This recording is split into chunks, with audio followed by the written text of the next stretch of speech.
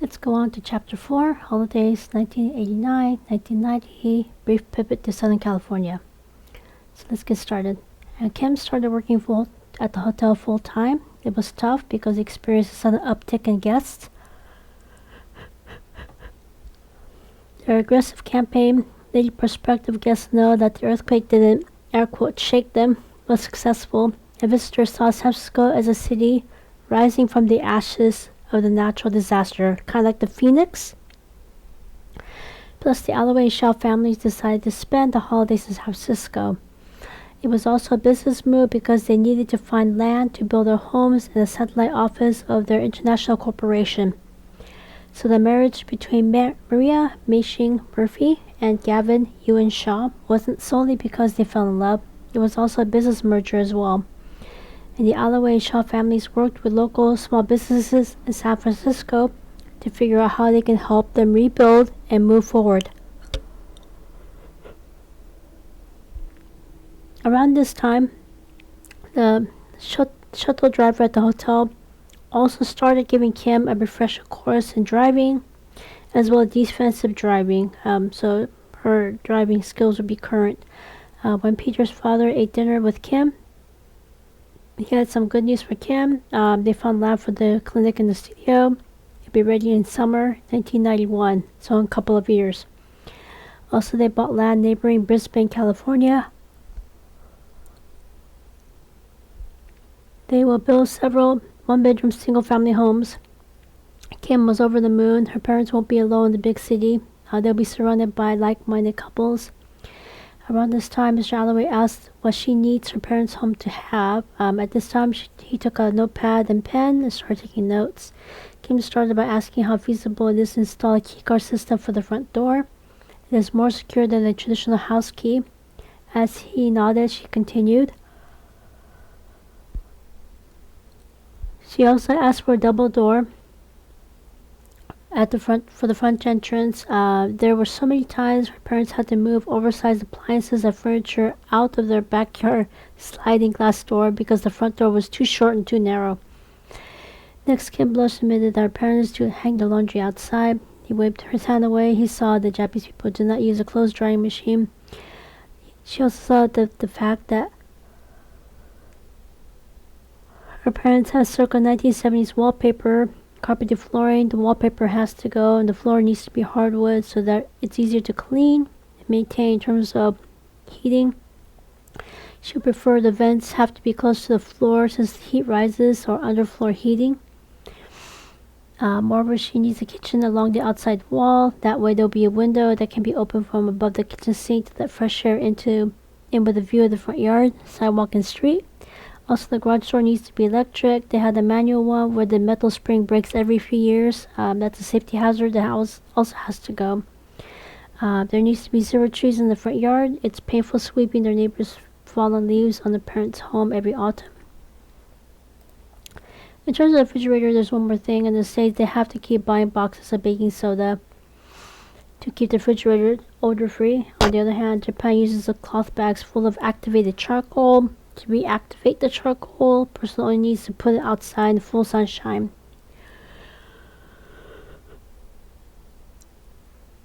She also suggested setting up the bathroom similar to a Japanese-style one. The Western bathroom is inefficient. It's a pain to remove soap scum, mineral deposits, and mold off the walls and bathtubs.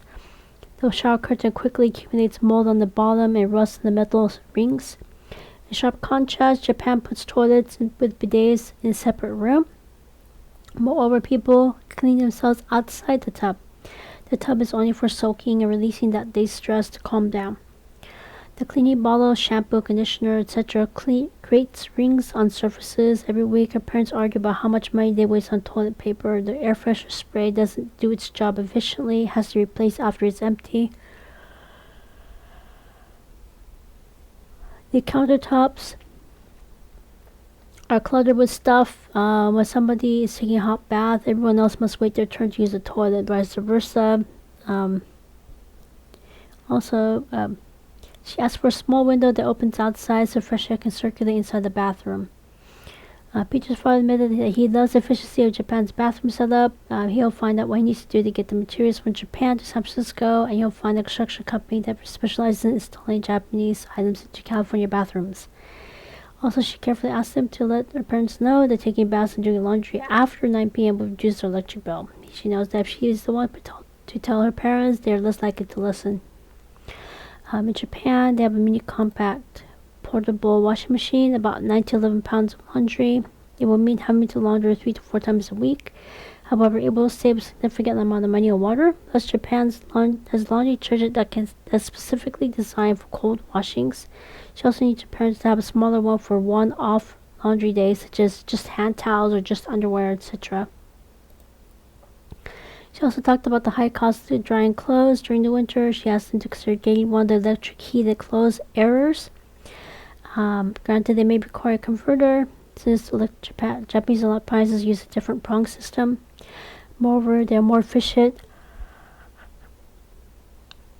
in drying clothes without making the surrounding air musty smelling. It might also be prudent to get two in case the main one they use breaks and they need a backup immediately.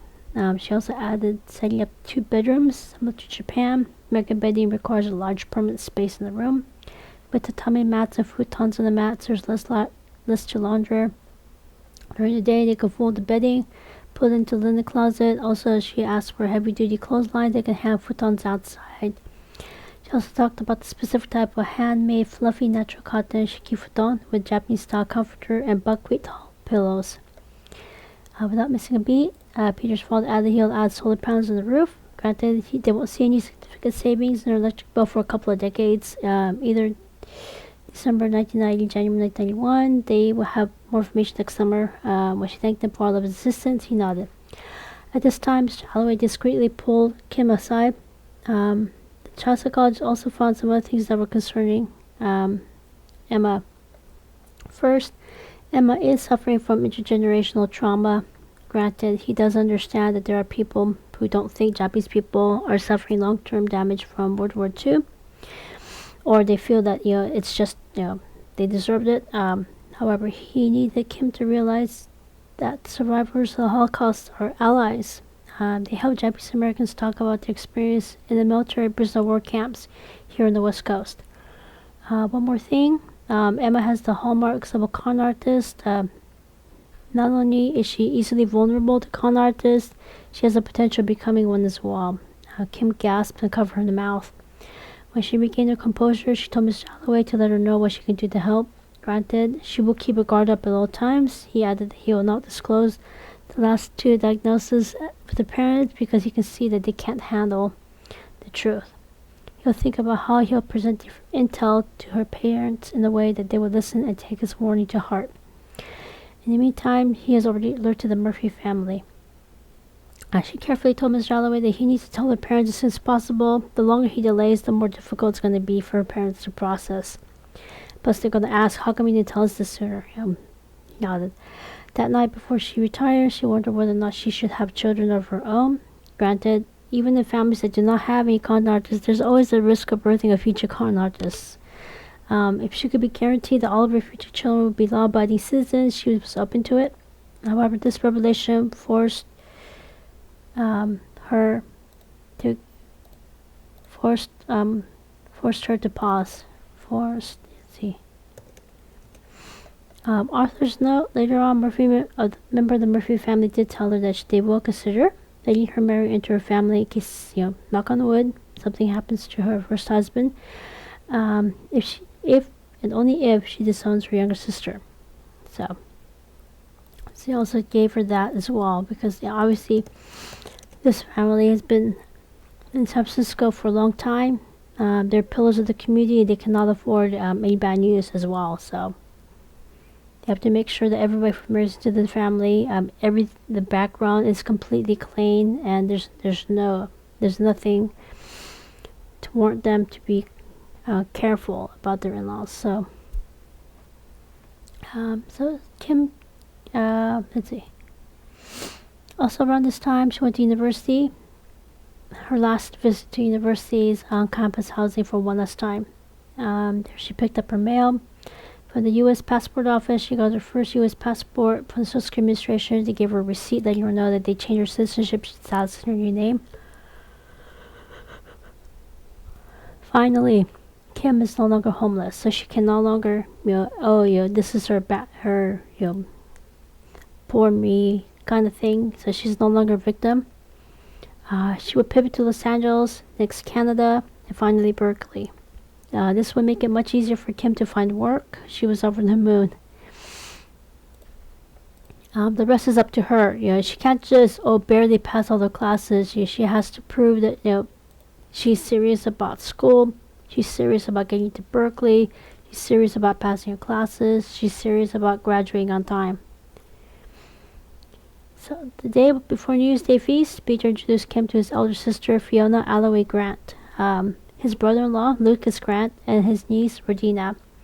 Fiona said that she's moving to San Francisco since her younger brother will live and work there in a year and a half. She's already had some physical therapy work done, to prepare her for her next baby.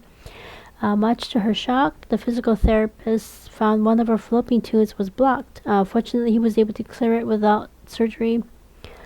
She was confused because her first obstetrician, when she had her first baby, did not even mention it at all. Also, before they try for a second child, they need to be settled in this new environment. Because New York City and San Francisco is completely different. Granted, after the earthquake, San Francisco rebuilt, and it looks more like Manhattan Light or Manhattan adjacent. So, my kid wished her good health and good luck. Yeah, they nodded. At this time, Lucas Grant said that he'll work on putting the studio together.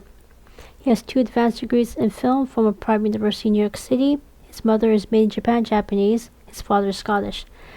He just finished his documentary about mixed-race children in New York City. Starting in the new year, he will start a documentary about the Loma Prieta earthquake and would document the process of rebuilding San Francisco and the surrounding areas. Kim was in awe.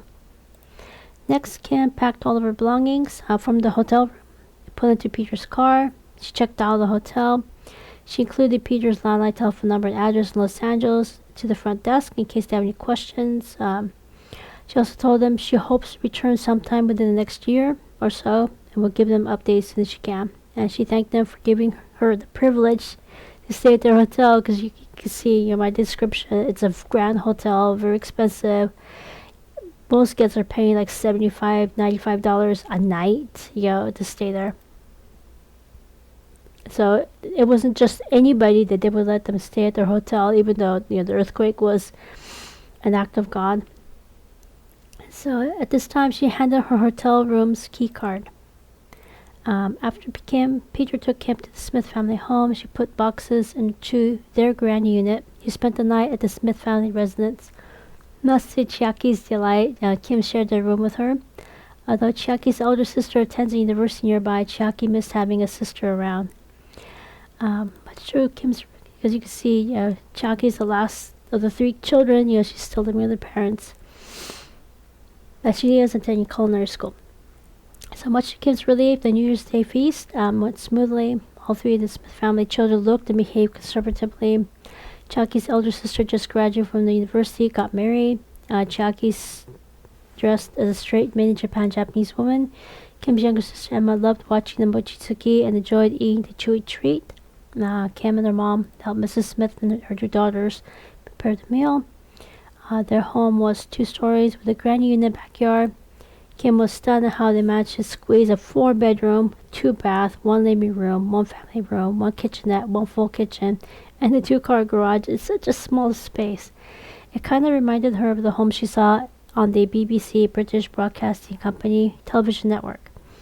Actually, this entire neighborhood reminded her of the homes in England. They're tightly packed 2-story homes with a wooden fence covering the entire backyard.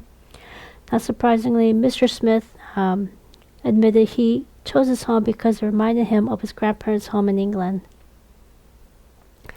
At this time, Kim's parents gave Mr. and Mrs. Smith her temporary address and landline telephone number. They made arrangements for Mrs. Smith to stop by the home as often as she could to help them settle into the temporary home.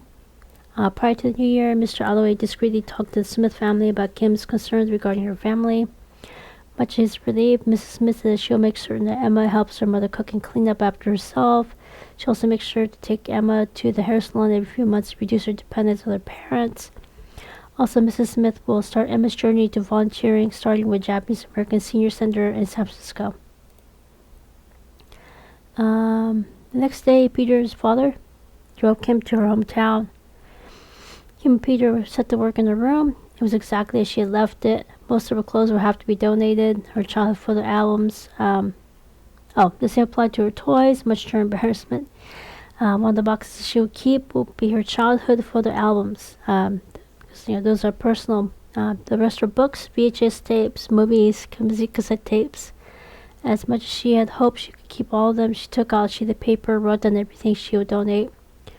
Fingers crossed someday she would buy them back. Although she felt a bit sad to let go of her childhood so abruptly, she actually felt as though a huge weight lifted off her shoulders. Moving forward, it is her responsibility to minimize her material possessions to only what she absolutely needs. At this time, Peter asked her about her personal computer. She blushed. She's currently using a manual Olivetti brand Litera 32 QWERTY layout typewriter circa 1964. It was at the Smith family home. At this time, he made the mental note. The Alloway family also helped Kim go through the stuff that they might need for their move. One of the things that the Alloway family decided to buy was Kim's father's circa 1975 Chevrolet automobile. A member of Murphy family owns and operates the Murphy Automobile Restoration Shop.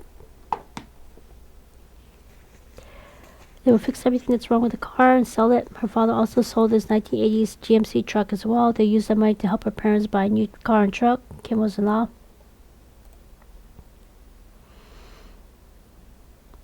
Mr. Alloway took Kim's father to the Murphy automobile dealership. Her parents decided to buy a lower blue metallic 1990 Honda Accord EX.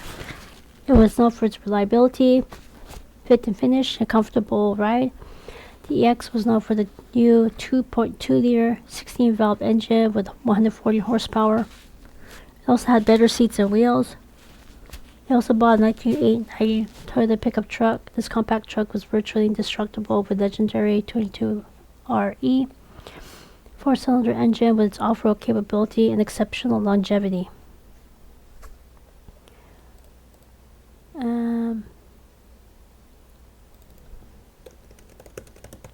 At this time, Kim went to the kitchen. Her mother offered to give her some of her dinnerware, silverware, pots, pans. Kim thanked her, took 2 of each to take with her to Los Angeles. Her mother gave her some linen, suggested that she take her bedding as well. She took the signs, put them in Peter's circa 1980s Toyota pickup truck with a matching camper shell. On their way back to San Francisco, they stopped by the local shopping mall in their former hometown. Kim reminisced the time she went to shop there. There used to be an Emporium, department store, Grandma Buffalo Chips, cookie shop, merry-go-round, KB, toy store, Doctor's Houseware, a locally owned and operated movie theater, Mervyn's department store, Montgomery Ward, electronics, video rental store, Orange Julius, beverage shop, Sanrio, obviously, Hello Kitty, Sbarro's, Italian restaurant, Sears, department store, car repair shop, Toys R Us, etc. One by one, they went out of business. Part of the reason was the 1980s deep recession. The other reason was the fact that shoplifting was out of control. The local city police department set up a satellite office at the mall, however, they couldn't arrest shoplifters fast enough. Kim said that she wouldn't be surprised if shopping malls become a thing of the past.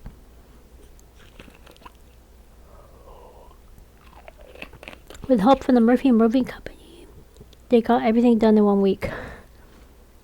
Their temporary home in San Francisco was significantly smaller than the Smith family home. It was near the Alta Plaza Park. This is a 12.9-acre public park, 3 tennis courts, small playground in the center, large grass park on the northern half, and a terraced lawn on the southern part. Moreover, it's within walking distance from Japantown. Kim's mother and younger sister could walk there for their weekly shopping trips. Fun fact, the movie What's Up Doc was filmed there. And the damage from the 4 cars on the steps were still there. So if you want to see what San Francisco used to look like before the Loma Prieta earthquake, this is one of the many films that you could watch. This was a welcome change from driving to San Francisco once a year. This Italianesque Victorian home was built at the turn of the century. In addition to a lush garden, the property has a warm brick patio. The main level has high ceilings and tall windows. There's an electric fireplace, formal dining room. The sunroom opens to a rose garden, flowering shrubs, sheltering trees. The kitchen is professionally equipped with a butler's pantry for casual gatherings, formal entertaining. On the second floor, there are 2 bedrooms with 2 marble baths. The primary suite is generous with thoughtfully designed storage, walk-in closets, sunroom lounge, serene garden outlooks. On the other side of the garden is a charming studio or office. This detached building will be where Emma will live in the interim. The added amenity is an elevator that connects a 2-car garage with the rest of the home. Although Kim's father didn't like it, he acquiesced for now. For Kim, she loved the home. Above the kitchen sink was a window that can be opened from to the outside. Also, the bathrooms have a small privacy windows that can be opened to let steam outside, fresh air into the room. And she appreciated the fact that the fireplace was electric without any fire. When Kim saw that the backyard also has Japanese maple, magnolia trees, she pointed them out to her parents. When the parents were unpacking, Kim walked around the neighborhood. She heeded Trey's warning about San Francisco not being safe. As soon as she left the front door, she could see another for sale sign. At the time, homes were selling from $228,100 to $243,900, so almost $250,000. Fortunately, Agnes from the Murphy Property Management Company just pulled in her diamond white pearl Lexus LS 400.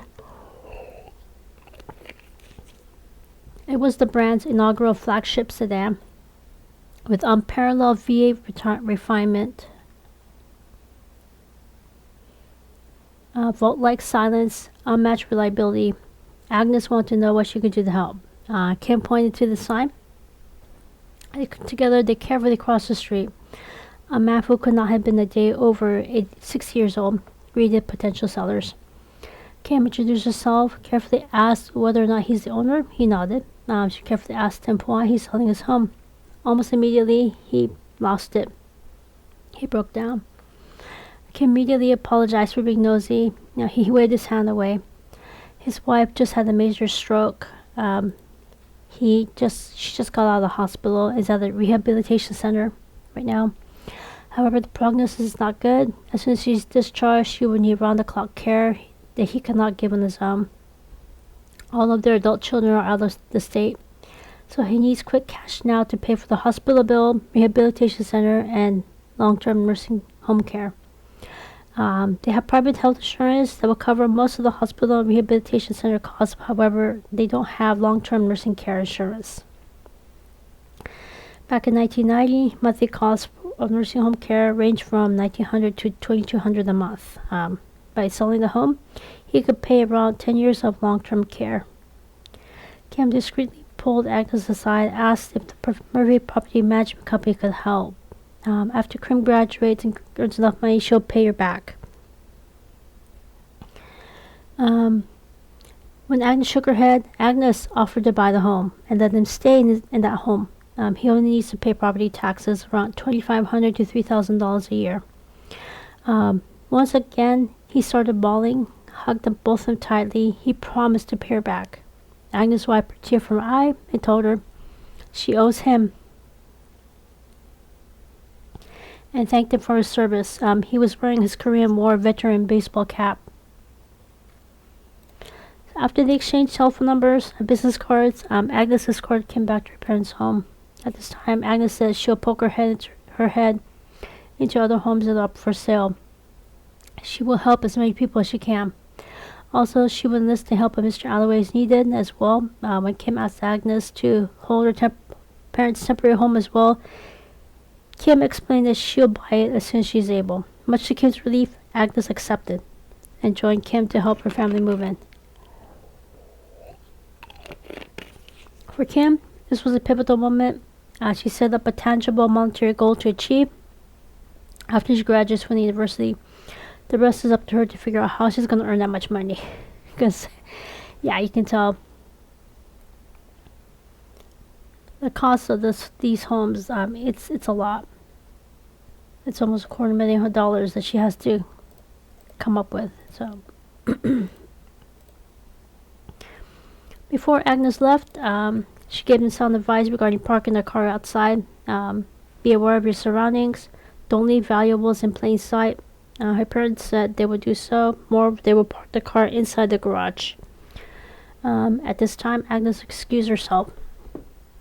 Hey, there's a thing up in San Francisco. It's called bipping. I'm not sure how many, if this is just a San Francisco thing or if this is throughout the United States. People steal cars, and what they do, they smash the back window to get into the car. So what some people in San Francisco have been doing is they leave their window open, they leave their trunk open, hoping, but obviously, even that's not safe. People will still smash windows, people will still break into the cars, they'll still steal the cars, send them to a chop shop. So the main thing that the police are trying to tell people to do is don't leave your valuables in plain sight, which it's not enough, because there's other communities in Northern California where every winter people slash car tires that are where the cars are parked outside. So leaving the window open or leaving the trunk door open, that's not gonna prevent thieves from slashing your tires. So that's something to look out for. So 1989 was a pivotal year. The country elected the 41st president. Kim wondered whether or not he would be the final president, vice president who served in the armed forces. Because the president at that time, if I remember correctly, he either served in the Second World War or the Vietnam War or the Korean War. And the vice president served in the Navy, I think. Correct me if I'm wrong. I did a briefly do my homework, but I completely forgot the details. I could have written it down. Anyway, Kim questioned his choice of vice president. Author's note, 1992, there were two controversies with the vice president. First, in May, he talked about the fictional character of a television show called Murphy Brown. Some of you might be familiar with that, as though she was a real person. Also, the following month, he told the school child that the word potato is spelled with the letter E at the end. Now, bear in mind, the vice president does have a doctorate of juris. He's an attorney. He's a lawyer's license as well. So, that's a little nugget of information about 1989.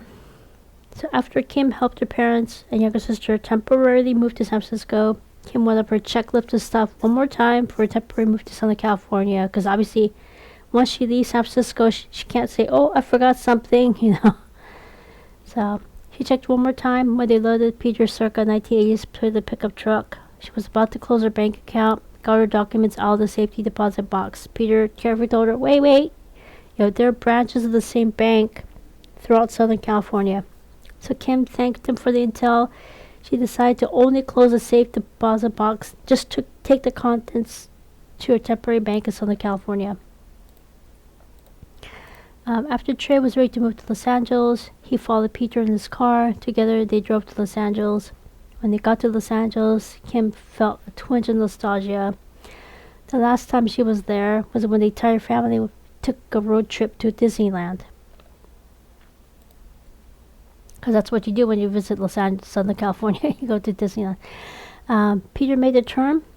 She saw where Peter and his friends were living. She was stunned. It was a grand Spanish colonial revival home that was built at the turn of the century. 6 bedrooms, 5 bathrooms, detached granny unit. Although it was very old, it was newly remodeled with modern appliances and furniture. It even had a detached garage that can house up to 5 cars. The garage looked like something out of a Batman movie. If any of you have not seen any of these Batman movies, you gotta see it, because when you see the garage, you're like, wow. So outside the house, they're graceful. You can see graceful arched windows. When she went into the house, she saw the original hardwood floors, many period light fixtures, fireplace, formal living room, formal dining room. Kitchen includes a breakfast room. It was right out of a Lifestyles of the Rich and Famous television show. If you have never seen this television show, there should be some episodes on YouTube. Take a look at those. So Kim was in awe. After Kim, Peter and Trey put their medical grade face masks on. The air pollution in Los Angeles fluctuates between good, moderate, to unhealthy, and occasional air quality alerts. So they put those medical grade face masks on. They loaded his car, their cars, or the trucks.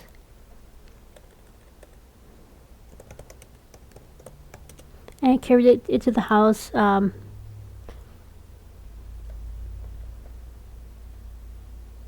Into the house and into their room. Their respective rooms. Inside, they took off the masks, face masks, because there are air purifiers throughout the interior of the house, and all the doors and windows are closed. At this time, Kim carefully asked Peter about who she needs to pay the rent to. He replied that he collects the rent. So she asked him what the price, he said the same as the hotel. So after Kim and Trey cut a check for the first month's rent, last month's rent, plus deposit, he helped them select their room. Their bedrooms were as stunning as the rest of the home. They had the choice of one of 2 furnished bedrooms in the main house. She chose the former, he chose the latter. Jonathan shares a Jack and Jill style bedroom with Marina and her 2 children. Gavin and Maria live in the grand unit. Peter has his own room and bathroom. At this time, Peter gave them the rundown of how things work. Each person has their own landline telephone service. Kim said that she doesn't need one. She already gave her father and the Smith family his telephone number. Next, he said that they have a separate telephone line in the living room for dial-up online service provider. They have tried American Online, CompuServe, Prodigy. Right now, CompuServe gives them what they need. Trey offered to show her how to use the computer, how to activate the online service. At this time, Peter gave her a rundown of how much each service cost. Author's note, the moderated forums were the forerunners to the discussion sites of the World Wide Web. So http://www. blah blah blah dot blah blah blah. So for now, they will use the service until a better option becomes available. He also told them that all the television sets in this home are connected to cable television. Kim was in awe. Granted, she'll be too busy with school to go online or watch TV shows. After Kim and Trey started packing, Peter took both of them to the private university. Each time they went outside, they put their face mask, and they took it off as soon as they entered the next building. There, Kim and Trey registered for classes. She decided to take a course in general chemistry, introduction to global health, maternal and child health, nutrition and health, intermediate piano, martial arts. She took some computer engineering classes. Before they left, she went to the on-campus bookstore to purchase textbooks as well as school supplies. She also enrolled in me class at a local adult school to learn how to use a computer. She started learning how to use IBM PC-compatible computers with MS-DOS 3.0 operating software. This was pre-Microsoft Windows, so it's all text only. There's no image, no pictures. She also learned how to use specific application software such as word processing, such as WordPerfect, electronic spreadsheets such as Lotus 123, databases such as Fox Pro, graphic design such as Adobe Photoshop. Next, Peter took her to a local acupuncture clinic. There they gave Kim an employment application. She filled it out, included a resume. She will start working the following week. Before she left, one of the acupuncturists noticed that Kim was wincing. After a 1-hour session, Kim felt much better, thanked the acupuncturist, paid for the service using her sliding scale. She made an appointment for the next few weeks. When they returned to his car, Kim apologized. He wiped his hand away. He too apologized whenever his medical condition flares up. She carefully said that society needs to create a social atmosphere where people who have an invisible illness do not need to apologize. After they picked Trey up from the university, they went shopping. Electronics store. Peter chose a Brotherbrand word processing machine. It has a small screen, keyboard, floppy drive, easy wheel printer. He also bought some colorful floppy disks and labels to mark the contents of each disk, a storage container for the disks with a lock and key for extra security, printer, ink, and paper. After she paid for it, got the receipt, she thanked him. He nodded. At the parking lot, random person congratulated both of them for being healthy. Both of them didn't know how to respond because just because a person's skinny doesn't mean that they're healthy.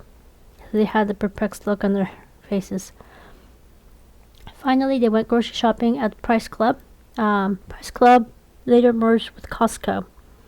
So after she paid the annual membership fee, he told her that they'll go to a local farmer's market on Sundays. She's more than welcome to join. She said that she'll tag along. After dinner, Kim went to the living room of the estate, looked at the small grand piano. When she looked at Peter, he nodded. After she started playing the chords to get warmed up. She started playing the piano cover of a Richard Marx song titled Right Here Waiting. Gavin sang the lyrics. Jonathan played the guitar section. When she finished, Marina clapped her hands. Peter discreetly wiped a tear from his eyes. When Kim saw Peter, she almost lost it. Never in a million years would she have thought that something this big would happen to her and her family in 1990. Next, Maria requested Gloria Estefan's The One That Leaves You. So as Kim played the piano, Maria sang the song in Cuban Spanish. After they finished, Kim looked at Maria. She explained that her mother and maternal grandparents are from Cuba. Then Maria took over the piano, played the theme song of the television show Fame. When she finished, everybody clapped their hands. After Jonathan, Marina, her children, and Trey excused themselves, Maria explained to Kim that she was born and raised in New York City. She wanted to be a professional ballerina. However, as soon as she went through the air quotes change, she was in severe pain, had to go to the emergency room every month, every time. The attending physician said she has normal monthly pain. As a result, she kept missing classes and the rehearsals. To add insult to injury, she was kicked out of the ballet school even after she offered to be an understudy. As a result, she focused on playing the piano and singing at a different performing arts school.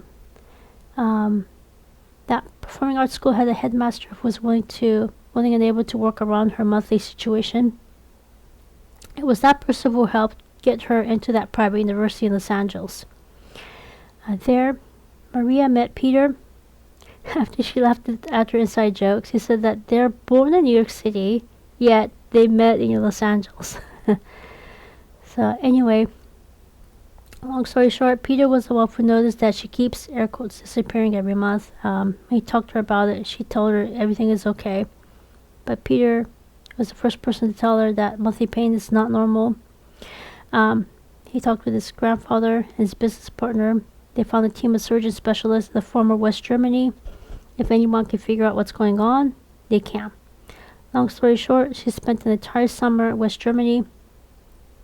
Peter quickly picked up rudimentary German. They found out that she has endometriosis and used advanced gynecological laparoscopy to excise all the lesions and adhesions. When they returned to Los Angeles, they continued their undergraduate studies. They drove past the acupuncture clinic, the same one where Kim will start working. Fortunately, they had last-minute cancellation. The first session helped Maria recover from surgery. At this time, Maria offered Kim a position at their future studio in San Francisco. It was obvious that Kim has a tremendous amount of potential as a pianist. When Kim thanked Maria, Maria smiled gently. Kim and Maria had discussion about surgery. Peter excused himself. When Maria answered Kim's father's question, Maria said that Peter was the one who introduced her to Gavin. So, after Maria excused herself, Kim was lost in thought. She never thought that this type of surgery might require a team of surgeons. However, it gave her a sense of relief because they would have backups in case somebody has a question or they need somebody with more experience or knowledge to have the best possible outcome. So, after she took a quick shower to clean herself and shampoo her hair, she rolled her hair in her bath towel. When she filled the bathtub with hot water, she sat next to the tub. She spent the rest of her session in the makeshift sauna. After she finished to clean the tub, she got out of her room. Peter had a perplexed look on his face. She blushed and explained the sauna at the former university. That was the one good thing about the university. Everything else, you can tell she had a lot of complaints. He apologized. No, it's okay. He apologized for not having a sauna at their home. She waved her hand away, promised to take a shorter sauna moving forward. Since he was speechless, she just let the matter go. That being said, she noticed something interesting. Each person does before they retire. They wish each other a good night. She appreciated the sense of community. They were not only friends, they were more like family. And she returned to her room. She spent about an hour skimming her textbooks. So she ended up focusing on the nutrition book. She was stunned when she got to the section about processed food. Margarine's not good for you. It not only increases the risk of heart disease, stroke, high cholesterol levels, it also increases inflammation. She felt lied to. When she was growing up, the news said the bad effects of butter. That's why her mother switched to margarine. She wondered what else they were lying about. She also read which foods increase inflammation, which decrease inflammation. She made a mental note to stop buying margarine, as well as foods that contain white flour, white rice, white salt, white sugar. She finished with learning about the various types of chemical pesticides, herbicides, fungicides that are used to grow fresh fruits, herbs, and vegetables. So she made a mental note to only buy certified organic produce. Yeah, she did that all in one night. Can you believe it? So next morning, they made breakfast together. Kim told them what she learned from her nutrition textbook. Maria gasped and covered her mouth. Gavin said that they'll be more selective moving forward. Marina said that she'll do the same. She needs to make certain that her children only eat food that is safe. After breakfast, they went to their respective church for Sunday services. Peter took Kim to a Buddhist temple. Kim made certain to bring her prayer beads that he bought for her back in San Francisco. They met up with Jonathan, Marina, and her children. Jonathan blushed and said that they go church hopping every Sunday, although they don't want to ram religion down Marina's children's throats. They need to teach them about different religious groups so that they'll be more sensitive. You can't just assume that everybody celebrates Christmas.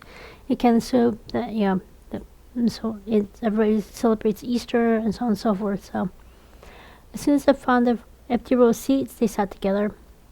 At lunch, they went to Japantown to pick a restaurant. This time, they went to a Japanese-Hawaiian one. Jonathan explained that he's from Hawaii, of mixed Japanese and Okinawan descent. Kim was in awe. This restaurant had palm trees and tropical plants outside on the lawn. The indoor seating area has a giant replica of a pineapple in the center of the restaurant. The front counter has a large bouquet of tropical flowers, including bird of paradise. The tables and chairs are wooden. And yes, this restaurant has a tiki bar for people who are of legal age to drink. The food was a variety from Hawaiian-style Japanese sushi to Hawaiian-style Portuguese food, such as malasada and bean soup. Also, Hawaiian music was playing softly in the background. Kim used this time for small talk to learn as much as he could about Marina and Jonathan's situation. Marina explained that she's Japanese American from California. Their respective. So Marina and Jonathan's paternal great-grandfathers were close friends at the sugarcane farm in Hawaii. However, when Jonathan's great-grandfather, he's Okinawan, decided to marry a Japanese lady, her Japanese great-grandfather, moved to California. So he got mad. Japanese marry Japanese, Okinawans marry Okinawans. So they had a falling out. So in California, he met his first wife, the Japanese great-grandfather. They had 2 children. When they got an infection, the doctors refused to treat them because they're Asian. So sadly, his first wife and their 2 children passed away. A few years later, he married his second wife. They went on to have a couple more children. By the time they had children, Japan attacked Pearl Harbor and they were sent to a prisoner of war camp here in the West Coast. Kim apologized. Marina shook her head. The war brought out the worst in everyone. So, Marina is telling Kim, I don't have, I know you're made in Japan Japanese, but I don't have a quarrel with you. So fast forward a few decades later, Marina met and married her late husband, Ralph Mori. Italian, Mori means more. In Japanese, it means forest. So at this time, she said that although her late husband was Italian, Mori is also a Japanese last name as well.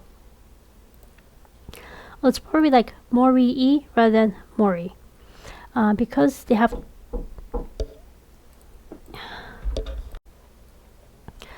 Okay.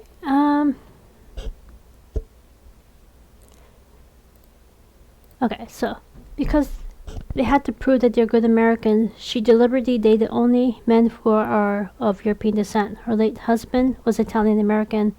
When Emmy, her second child, was 6 months old, a man who was drunk driving caused a car accident that cost her first husband his life.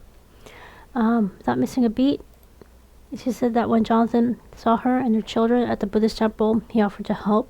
He also said that he has friends who can house her and her children while she tries to, piece her life back together. Also, as they got to know each other, they realized, wait a minute, his great-grandfather and her great-grandfather were close friends in Hawaii. Yeah. So Jonathan added, before his great-grandfather passed away, he made all of his children promise him, find this man and take care of them.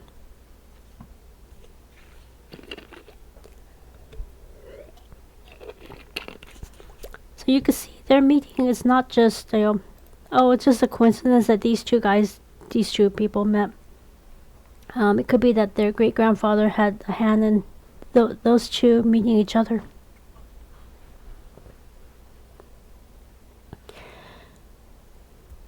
Marina added that she was a criminal law attorney. During this trial, she learned that the man went through several medical doctors. Each time he was told nothing is wrong, it's probably stress, maybe it's mental. All of a sudden, her intuition told her to help him find the right specialist. So after going through several physician specialists, they finally found one who gave him the right diagnosis: hypothyroidism. All of a sudden, all of his symptoms and the reason other physicians missed it made sense. The symptoms does not seem to be interconnected. Multiple systems are affected: dry skin, depression, weight gain. Marina was able to convince the jury he's not guilty due to a previous undiagnosed pre-existing medical condition. So long story short, the jury sided with him and Marina. As a result, the jury decided he was not guilty. Marina did not pursue a civil trial because she knows the accident was not his fault. This country's medical care system had failed him. Moreover, he decided to devote the rest of his life to raise awareness about this disease. If he can help one person get the right diagnosis and treatment, then his life has purpose and meaning. So after they returned from the Hawaiian restaurant back to the estate, Jonathan looked at Peter. Peter explained that they met at a local Toastmasters club meeting. Just as she noticed Peter's father has an ability to negotiate with difficult people like her parents, Peter has the ability to bring good people together. They concluded with Kim and Trey introducing themselves, their respective majors, what they want to do after they graduate. Trey's goal is to work in the tech industry. He could see that the internet is the way of the future. Either he could work at Apple Computer Inc. or semiconductor company in the South Bay. As they engaged in small talk to get to know each other, Kim took this time to ask whether or not they have ideas of where they're going to live in San Francisco. Jonathan was about to speak. Peter said he'll talk with his father. They're currently building homes in neighboring Brisbane, California. He might have a similar idea for them. Jonathan asked Peter to keep him updated. They will graduate in about a year and a half. Peter nodded. So, questions, comments, constructive criticisms, ask for clarification, let me know, and I shall see you next time. Take care.